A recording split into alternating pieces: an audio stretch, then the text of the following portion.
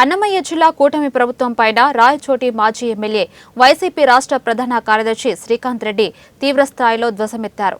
నేటి కూటమి ప్రభుత్వంలో ఊరికో మద్యం షాపు, సచివాలయ వ్యవస్థ, వాలంటరీ వ్యవస్థ నిర్వీర్యం చేశారని, త్రేతాయుగం నుంచి సనాతన ధర్మం నడుస్తుందన్నారు. నేడు సనాతన ధర్మాన్ని తానే కట్టబెట్టినట్లు పవన్ కళ్యాణ్ వివరిస్తున్నారన్నారు. ఉద్యోగస్తులకు జగన్ ప్రభుత్వం ఐఆర్ ప్రకటించిందని, ఉద్యోగస్తులకు, రైతులకు, మహిళలకు, యువతకు గత 4 నెలలుగా చేసింది ఏమీ లేదన్నారు. ప్రజలకు ఎంత మేలు చేసింది అన్నటువంటిది గమనించుకుంటూ వస్తే జరిగింది.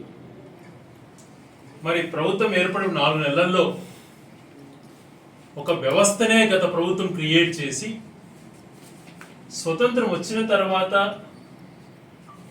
ఇంత ఎక్కువగా ఎప్పుడు కూడా జరగలేదు. రిక్రూట్మెంట్లో కానీ, ఒక వ్యవస్థను క్రియేట్ చేసే విషయంలో కానీ. మరి ఎవరు ప్రజల కోసం పనిచేశారు, ఎవరు వ్యవస్థ నిర్వీర్యం చేసి ప్రజలు తప్పుదో చేయనటువంటి ప్రవర్తిస్తున్నారు అన్నటువంటిది ఈ ఒక ఎగ్జాంపుల్ మనకు చాలు. ఇలాంటి పరిస్థితుల్లో ఈ ప్రభుత్వం వైఫల్యాన్ని ఒప్పుకోకుండా ఎదురుదాడి చేయటం, దేవదేవుడైనటువంటి వెంకటేశ్వర స్వామిని తమ రాజకీయాల కోసం వాడుకోవాలని చెప్పి ఆ ఇష్యూని తేవటం,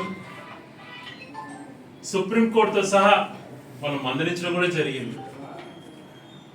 ఇలాంటి మంచి కార్యక్రమాలు గత ప్రభుత్వం చేసింది 4 నెలల్లో అని చెప్పేటువంటి ధైర్యం వాళ్ళకు లేదు.